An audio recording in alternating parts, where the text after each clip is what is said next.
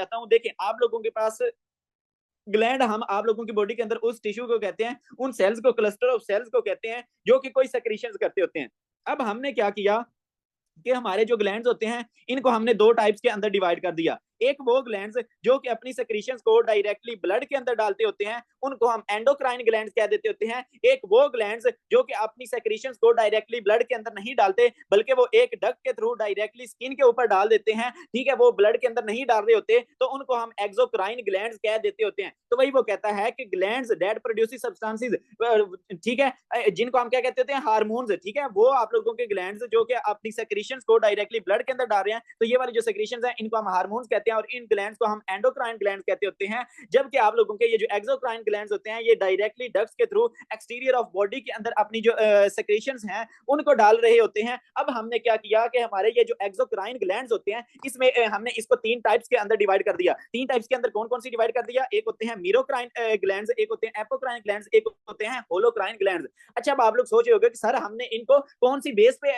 ये तीन टाइप्स के अंदर डिवाइड किया है? तो ये बेसिकली आप लोगों की ये जो डिवीजन हो रही है वो on the basis of secretion, कि ये अपनी जो सेक्रेशन है वो किस तरह कर रहे होते हैं, ठीक है। अब वो ग्लैंड्स जो कि अपनी सेक्रेशन थ्रू एक्सोसाइटोसिस कर रहे होते हैं उनको हम कहते होते हैं मीरोक्राइन ग्लैंड्स। अच्छा, अब आप लोग सोच रहे होंगे कि ये एक्सोसाइटोसिस क्या होती है। फॉर एग्जांपल आप लोगों का ये एक सेल है, ठीक है, ये ग्लैंड का एक सेल बना रहा हूं और इसने ये अपनी सेक्रेशन जो है वो बनाई हुई है। अब ये क्या करना चाहता है कि इस सेक्रेशन को बाहर निकालना चाहता है, तो वो क्या करेगा, फॉर एग्जांपल ये इसके अंदर सेक्रेशन है तो ये इस तरह करके वेसिकल जाएगा, ठीक है, इसकी मेम्ब्रेन डायरेक्ट इसके साथ मर्ज हो जाएगी और ये जो सेक्रेशन है वो बाहर चली जाएंगी। तो ये वाला जो अमल होता है आप लोगों की सेक्रेशन का इस तरह निकाला कि आप लोगों का इस तरह वेसिकल बना हुआ था, उसकी मेम्ब्रेन डायरेक्टली इस मेम्ब्रेन के साथ मर्ज की और इसने क्या किया कि अपनी जो सेक्रेशन है वो इस तरह करके बाहर रिलीज कर दी। तो ये वाला जो प्रोसेस है इसको हम कहते होते हैं एक्सोसाइटोसिस। तो वो ग्लैंड्स जो एक्सोसाइटोसिस के थ्रू अपनी सेक्रेशन जो है वो निकाल रहे होते हैं उनको हम मीरोक्राइन ग्लैंड्स कहते होते हैं। तो मीरोक्राइन ग्लैंड्स के अंदर आप लोगों के कौन कौन से ग्लैंड्स आ जाते हैं? सलाइवरी ग्लैंड्स जो कि सलाइवा को प्रोड्यूस करते होते हैं, स्वेट ग्लैंड्स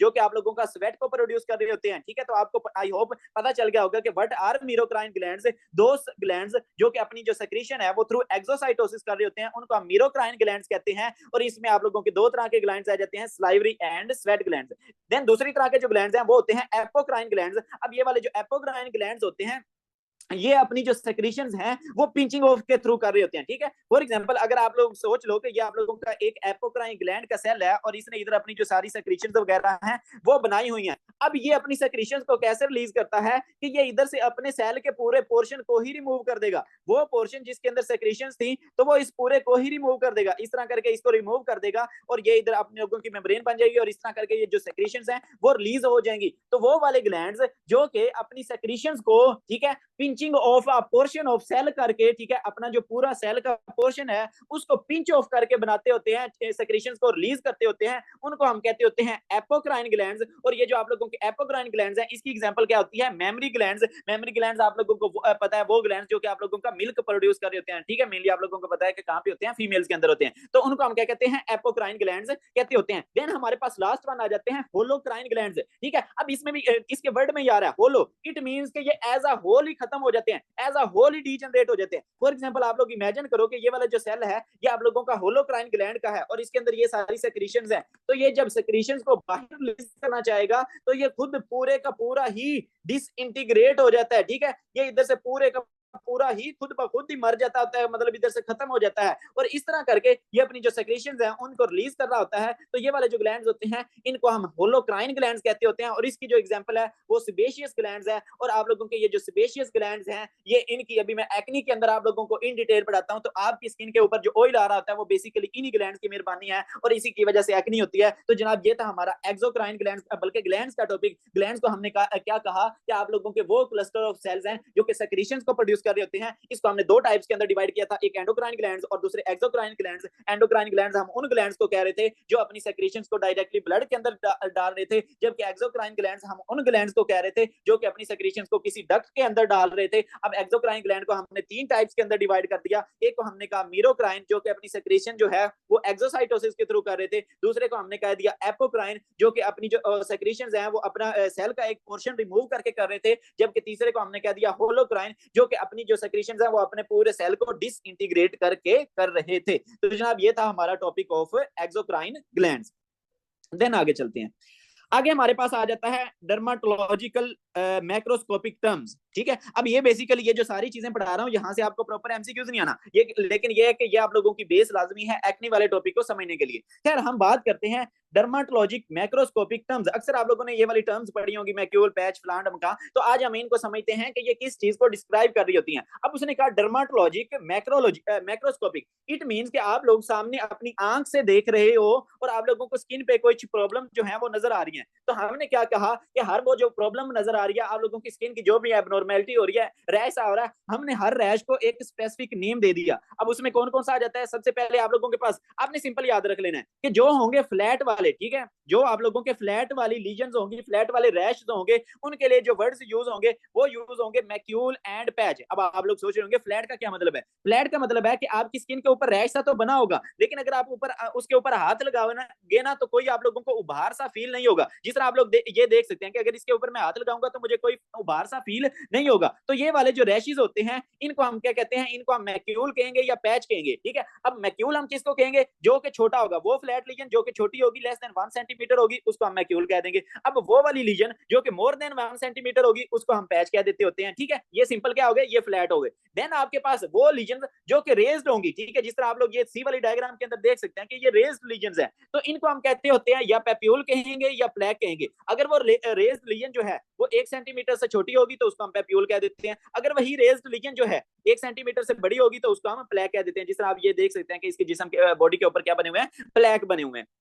देन आगे आते हैं कि अब हमारी बॉडी के ऊपर कुछ जो रैशी से बने होते हैं उन के अंदर फ्लूइड होता है। तो वो रैशेस जिनके अंदर फ्लूइड भरा हुआ है उनके लिए दो तरह के नेम यूज होते हैं, एक वेजिकल, दूसरा बुल्ला। वेजिकल वो होगा जो कि छोटा होगा, बुल्ला वो होगा जो कि बड़ा होगा, जो कि मोर देन 1 सेंटीमीटर होगा, ठीक है। जिस तरह आप लोग ये देख सकते हैं ये आप लोगों का वेजिकल है। देन आप लोग ये बुल्ला दूसरा देख सकते हैं कि जो कि बहुत बड़ा है, मोर देन 1 सेंटीमीटर है, तो इसको हम बुल्ला कहते होते हैं। देन हमारे पास आ जाता है कि हमारी बॉडी पे कुछ लीजन्स हमें नजर आ रही होती हैं जो कि येलो येलो होती हैं, ठीक है। और जब हम उनको पिंच करते हैं तो उनके अंदर से येलो सा मटेरियल निकलता है। वो जो येलो सा मटेरियल निकल रहा होता है उसको हम क्या कहते होते हैं? पस कहते होते हैं। अब जिन स्टूडेंट्स को पस के बारे में नहीं पता तो आपने सिंपल याद रख लेना है कि व्हाट इज पस। तो ये आप लोगों के मरे हुए, देखें आप लोगों का बेसिकली क्या होता है कि आप लोगों की जो लड़ाई होती है डब्ल्यूबीसीज के दरमियान में, और आप लोगों के जो पैथोजेंस होते हैं, लाइक फॉर एग्जांपल आप लोगों के जो बैक्टीरिया है इनके दरमियान में लड़ाई होती है, तो आप लोगों के कुछ डब्ल्यूबीसीज मारे जाते हैं, कुछ बैक्टीरिया मारे जाते हैं, ठीक है। तो ये कलेक्शन ऑफ डेड डब्ल्यूबीसीज एंड बैक्टीरिया जो होती है, ठीक है,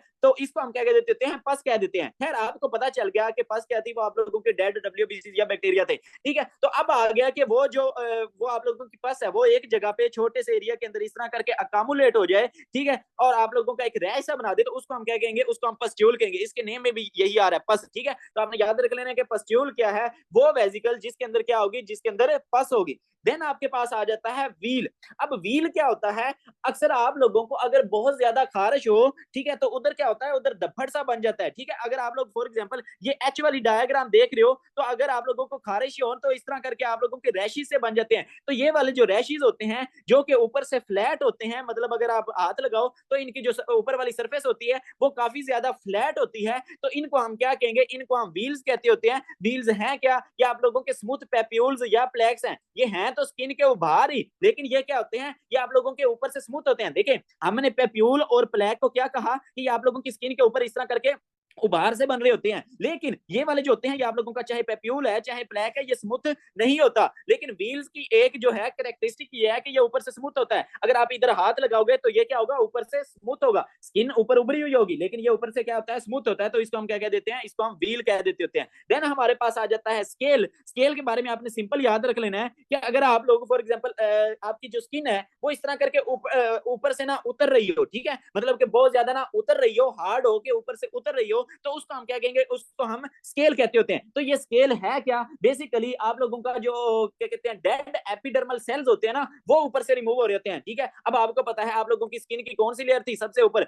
वो आपको पता चल गया स्ट्रेटम कॉर्नियम थी। तो ये जो स्ट्रेटम कॉर्नियम है ये अगर ऊपर से इस तरह करके हार्ड हो के ऊपर से उतर रही हो तो इसको हम क्या कहेंगे? इसको हम स्केल कह देते होते हैं। देन हमारे पास लास्ट वन आ जाता है जो कि है क्रस्ट। तो क्रस्ट क्या है, अगर आप लोग ये वाला बच्चा देख रहे हो तो इसमें आप लोग देख सकते हैं कि इसकी स्किन के ऊपर ये इस तरह करके रैशेस से बने हुए हैं, ठीक है। तो ये क्या होते हैं, ये बेसिकली आप लोगों के ड्राई एक्सुडेट्स होते हैं। अब ये ड्राई एक्सुडेट क्या होता है, देखिए एक्सुडेट का मैं थोड़ा सा आप लोगों को कंसेप्ट बनाना चाहूंगा। फॉर एग्जांपल आप लोगों की ये एक ब्लड वेसल है और इधर आया हुआ है बैक्टीरिया, ठीक है। अब ये फॉर एग्जांपल बैक्टीरिया आएगा तो इसके पीछे पीछे डब्ल्यूबीसीज भी आएंगे, इस तरह करके डब्ल्यूबीसीज भी आएंगे। अब फॉर एग्जांपल क्या होगा कि आप लोगों की इधर से ये जो वेसल है वो लीकी हो जाती है। जब ये वेसल लीकी हो जाती है तो इधर ये वाली जो वेसल है, इधर से फ्लूइड जो है वो बाहर निकलना शुरू हो जाता है। तो ये वाला जो फ्लूइड निकल के आ रहा है, साथ में आप लोगों की प्रोटीन्स निकल के आ रही हैं, तो इसको हम इकट्ठा कह देते हैं, इसको हम एक्सुडेट कह देते हैं। अब आप लोगों की ये स्किन के ऊपर आके अगर जम जाए तो इसको हम क्या कहेंगे, इसको हम क्रस्ट कह देते हैं। What is crust, that is simply exudate. What is exudate, that is कि आप लोगों की वेसल्स लीकी हो जाएं और उनमें से आप लोगों का फ्लूइड बाहर निकल के आ रहा हो, साथ में प्रोटीन्स वगैरह बाहर के निकल के आ रही हो,